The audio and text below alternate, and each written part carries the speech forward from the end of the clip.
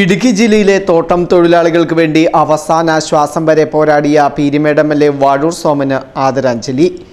വ്യാഴാഴ്ച വൈകിട്ട് തിരുവനന്തപുരത്ത് റവന്യൂ അസംബ്ലിയിൽ പങ്കെടുത്ത മടങ്ങവെയാണ് അദ്ദേഹത്തിന് ശാരീരിക അസ്വസ്ഥതയുണ്ടായത്.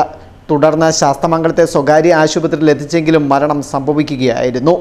72 വയസ്സായിരുന്നു.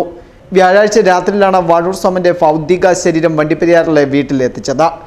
വെള്ളിയാഴ്ച രാവിലെ 11:30 ഭൗതിക ശരീരം വണ്ടിപ്പെരിയാർ പഞ്ചായത്ത് കമ്മ്യൂണിറ്റി ഹാളിൽ പൊതുദർശനത്തിന് വെച്ചു. തുടർന്ന് സമൂഹത്തിന്റെ വിവിധ ഭാഗങ്ങളിൽ നിന്നുള്ളവർ ആദരാഞ്ജലികൾ അർപ്പിച്ചു. സംസ്ഥാന സർക്കാരിന് വേണ്ടി ജില്ലാ കളക്ടർ ഡോക്ടർ ദിനേശ് ചെറുവക്കാട് ആദരാഞ്ജലി അർപ്പിച്ചു. നിയമസഭാ സ്പീക്കർ എം ഷംസീർ, മന്ത്രിമാരായ Roshi Augustine, K Rajan, P Prasad, J Chinchurani, Dean Kuriakose M P, എം.എൽ.എമാരായ M Mani, A Raja, deputy speaker Chittayam Gopakumar, ജില്ലാ പഞ്ചായത്ത് പ്രസിഡന്റ് രാജചന്ദ് നീർണാകുന്നേൽ, മുൻ മന്ത്രിമാരായ K Raju, K P Rajendran, Mathew T Thomas, മുൻ എം.പിമാരായ advocate Joyce George, T J Angelos, മുൻ എം.എൽ.എമാരായ Raju Abraham, Joseph Vazhakkan, K Prakash Babu, Babu Paul, ES. Bijimol, ADM. Shine P Jacob, sub collector Anoop Garg, രാഷ്ട്രീയ കക്ഷി നേതാക്കളായ Vinoy Viswam, K Saleem Kumar, C V Varghese, C P Mathew, N Arun, Lathika Subhash, Kanjirappally രൂപത വികാരി ജനറൽ ഫാദർ ബോബി അലക്സ് മണ്ണംപ്ലാക്കൽ തുടങ്ങിയ നിരവധി പ്രമുഖർ ആദരാഞ്ജലികൾ അർപ്പിച്ചു. ഉച്ചകഴിഞ്ഞ് 3:30 ഭൗതികദേഹം വഹിച്ചുകൊണ്ടുള്ള വിലാപയാത്ര ആരംഭിച്ചു. വൈകിട്ട് 4:30 വിലാപയാത്ര പാമ്പനാർ സ്മൃതി മണ്ഡപത്തിലെത്തി.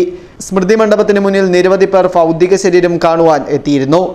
4:45 പോലീസിന്റെ നേതൃത്വത്തിൽ ഗാർഡ് ഓഫ് ഓണർ നൽകി ഭൗതിക ശരീരം സംസ്കരിച്ചു.